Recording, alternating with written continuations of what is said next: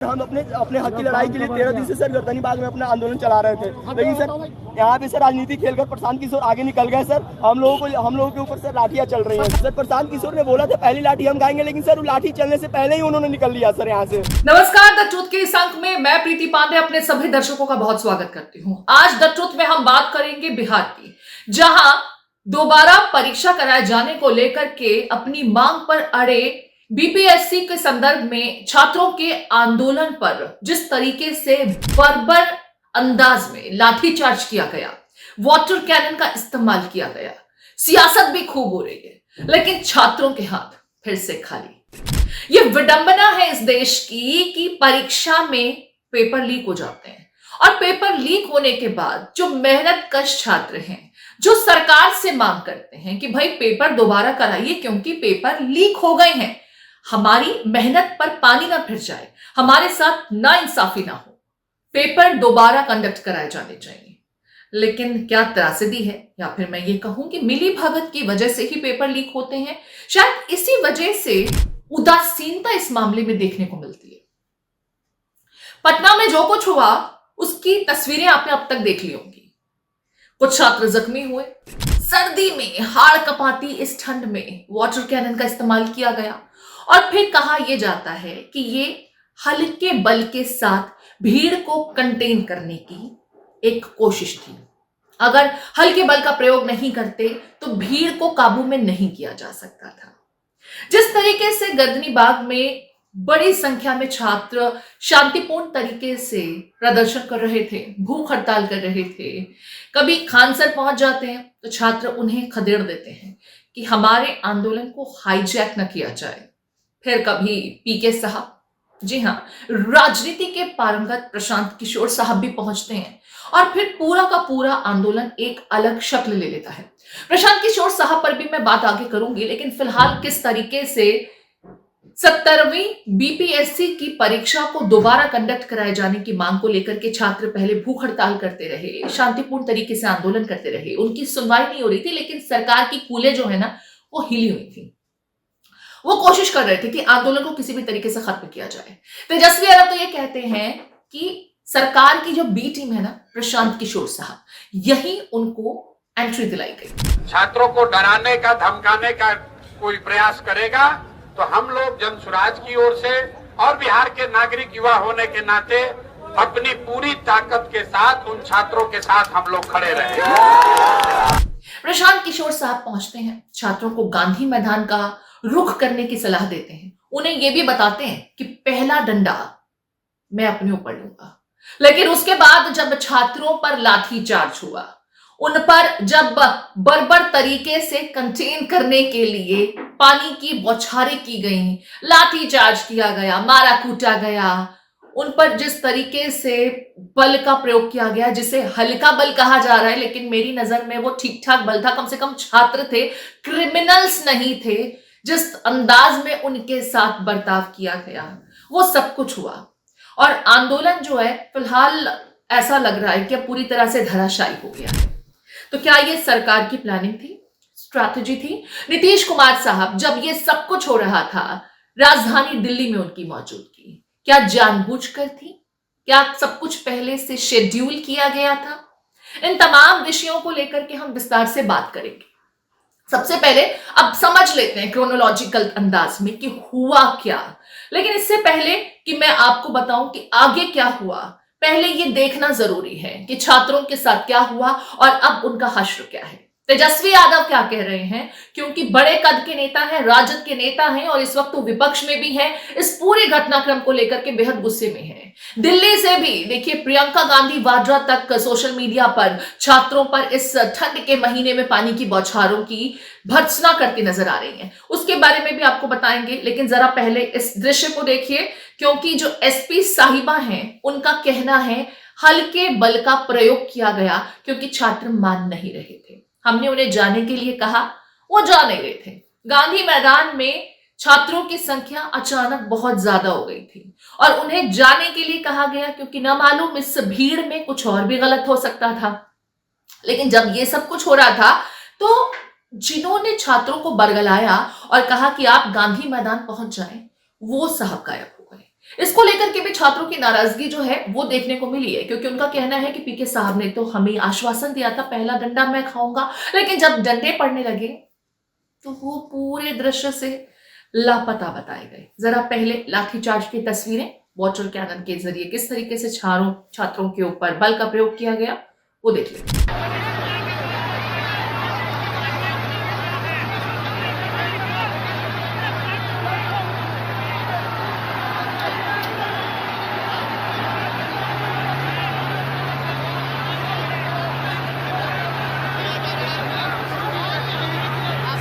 तो देखा आपने किस तरीके से परीक्षा दोबारा कंडक्ट कराए जाने की मांग को लेकर के जो छात्र आंदोलनरत थे उनके आंदोलन को डीरेल करने की कोशिश की गई, पानी की बौछारों के जरिए उनके हौसले तोड़ने की कोशिश की गई, और अगर तब भी उनके हौसले कायम रहे तो लाठियों का इस्तेमाल भी उन पर किया गया, मानो वो कोई क्रिमिनल हो, जेब कतरे हो या इसी तरह के छोटे मोटे अपराध करने वाले अपराधी।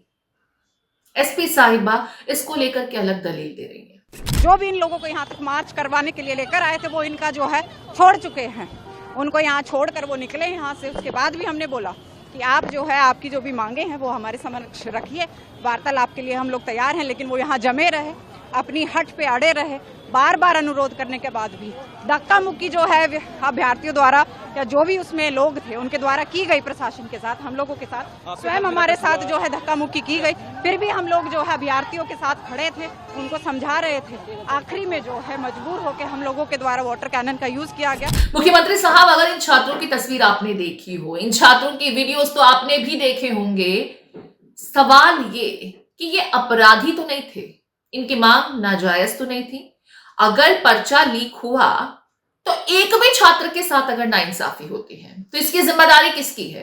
पेपर लीक को लेकर के तो पूरे साल हम चर्चा करते रहे, न्यूज चैनल्स की सुर्खियों में पेपर लीक को लेकर के तमाम इन्वेस्टिगेशन के जिक्र भी बुलेटिन्स में लंबे समय तक देखे गए, लंबी लंबी डिबेट्स हुई, लेकिन नतीजा ढाक के तीन पात, क्योंकि होता कुछ नहीं है भाई। कहा जाता है पूरा अमला सिस्टम लगा होता है पेपर कंडक्ट कराने में, अब बार बार पेपर कंडक्ट कराने से सिस्टम पर भी असर पड़ता है। तो अगर सिस्टम पर असर पड़ता है तो सिस्टम कोई फुल प्रूफ क्यों नहीं आप बना लेते? पेपर लीक कैसे हो जाते हैं? मेहनतकश छात्रों के साथ नाइंसाफी कैसे हो जाती है? और अगर आपका सिस्टम फुल प्रूफ नहीं है तो फिर कह दीजिए ना कि हम एग्जाम फेयर तरीके से नहीं करा सकते, हम इन छात्रों के साथ इंसाफ नहीं दे सकते, उन्हें इंसाफ नहीं दिला सकते, पेपर तो यूं ही होंगे। वैसे भी बिहार में तो कहा ही जाता है ना कि नकल के बल पर ही वहां पर बड़े बड़े अधिकारी बन जाते हैं। बिहार की परीक्षा की जो प्रणाली है उसको लेकर के तो मीम्स बने हुए हैं सोशल मीडिया पर, और मीम्स ही क्यों, हम और आप सभी जानते हैं कि बिहार के परीक्षा की प्रणाली को कितनी संजीदगी से देश के बाकी हिस्सों में लोग लेते हैं।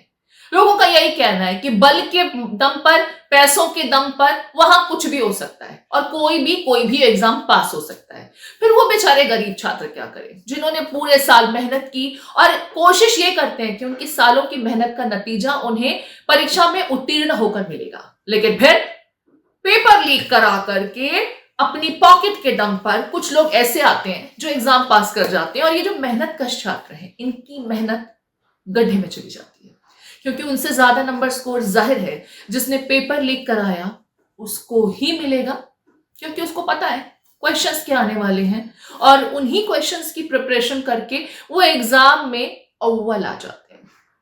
ये है बिहार का परीक्षा का सिस्टम, और जो छात्र इस सिस्टम के विरुद्ध आवाज उठा रहे थे उनका ये हश्र किया गया। ठंड के इस मौसम में वाटर कैनन, ठंड के इस मौसम में लाठीचार्ज, और अगर तब भी इनके हौसले नहीं टूटते तो फिर ये पीके साहब जैसे लोग इस पूरे सीन में एंटर हो जाते हैं। खान सर को भी इन छात्रों ने खदेड़ दिया था, जिनकी बिहार में अच्छी खासी रेपुटेशन है, उनके पढ़ाए जाने वाले तरीकों के कसीदे पढ़े जाते हैं। जब वो भी इन छात्रों के समर्थन में पहुंचे तो इन्हें छात्रों ने खदेड़ दिया, ये कहते हुए कि हमारे आंदोलन को आप हाईजैक ना करें।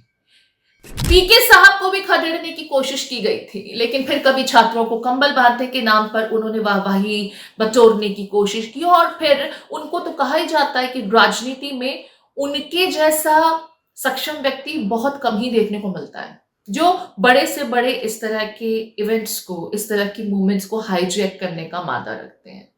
कुछ हिप्नोटिज्म टाइप की भी उनमें शायद शक्ति है कि छात्र जो पहले खदेड़ रहे थे इस तरह के लोगों को, इनकी बातों में आ गए और जिस तरीके से गर्दनी बाग से ये गांधी मैदान तक पहुंच गए और फिर वहां पर पीके साहब लाखों की तादाद में छात्रों को भेज देते हैं, आंदोलन की शक्ल कुछ बदल जाती है। तेजस्वी यादव साहब ने इस पूरे घटनाक्रम को लेकर के भी कहा कि अगर हम भी चाहते तो हमारे आह्वान पर 5-6 लाख स्टूडेंट्स वहां पहुंच जाते, लेकिन ये छात्रों का आंदोलन था।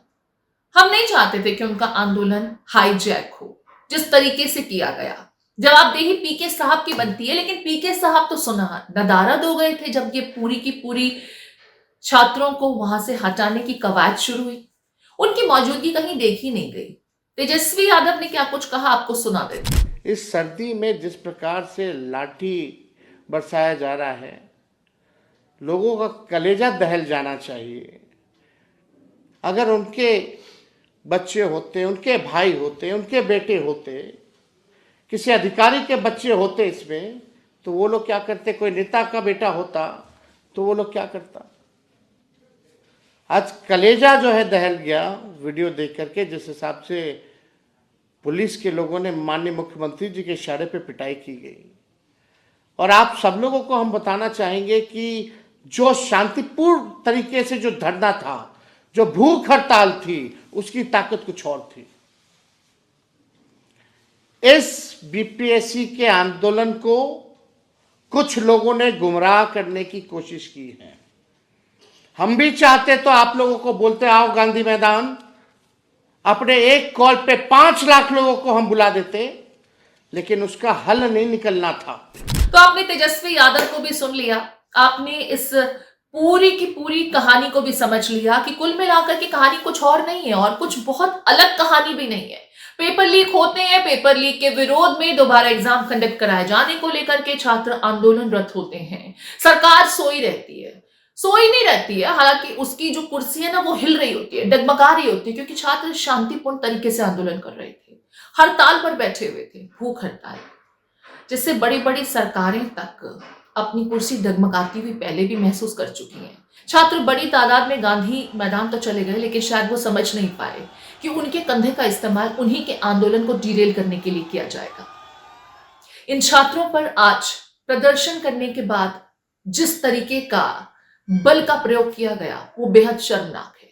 सवाल नीतीश कुमार से भी पूछे जाने चाहिए कि आपके राज्य में मेहनतकश छात्र आंदोलनरत हैं और उनके साथ हुई नाइंसाफी को लेकर के वो उम्मीद कर रहे हैं कि कुछ फैसला लिया जाएगा, लेकिन फैसला लेना तो दूर, ये आदेश देने के बाद आप दिल्ली की तरफ कूच कर जाते हैं ताकि आपके ऊपर कहीं से भी कोई आंच ना आए, कोई एक सवाल ना खड़ा कर दे, कोई एक उंगली ना आपकी तरफ उठा ले कि ये सब कुछ नीतीश कुमार के कहने पर हुआ है।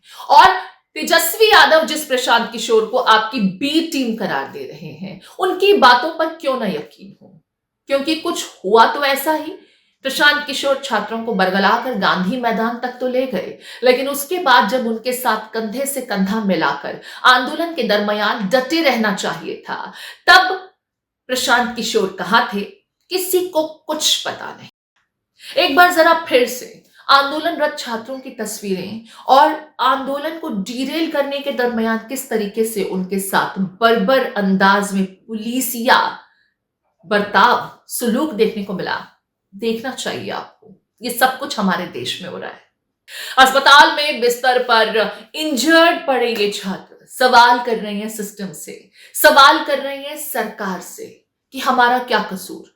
हमारा कसूर ये कि हम मेहनत करके परीक्षा में उत्तीर्ण होना चाहते थे, हमारा कसूर ये कि हम वो एग्जाम देना चाहते थे जिसका पर्चा पहले से लीक नहीं हुआ। क्या इनका कसूर ये कि गरीब परिवारों से आते हैं और ये पेपर खरीद नहीं सकते मोटी रकम चुकाकर? क्या इनका कसूर ये कि ये नतीजों को खरीद नहीं सकते? या इनका कसूर ये कि प्रशांत किशोर सरीखे लोगों की बातों में आ गए? क्या करें, छात्र ही तो थे, राजनीतिक तो नहीं थे, राजनीतिक चेहरे तो नहीं थे जो ये समझ पाते कि उनके साथ दरअसल हो क्या रहा है। वैसे ऐसी तस्वीरें हमने पहले भी देखी हैं, लेकिन बिहार में ये तस्वीरें कुछ ज्यादा आम हैं। आपकी इस पूरे मामले को लेकर क्या राय है? क्या सरकार को इस मामले में जवाब नहीं देना चाहिए? जिन छात्रों के साथ अत्याचार हुआ, बर्बर सुलूक किया गया, उनके साथ क्या? कुछ पर्चे जरूर दाखिल कर लिए गए उन लोगों के खिलाफ जिन्होंने गांधी मैदान में इस पूरे आंदोलन का शक्ल सूरत बदल करके एक नई ही तस्वीर पेश करने की कोशिश की थी।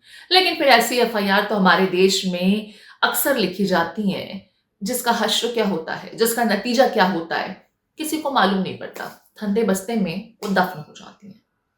द ट्रुथ के इस अंक में मेरे साथ इतना ही। मुझे दीजिए इजाजत। नमस्कार।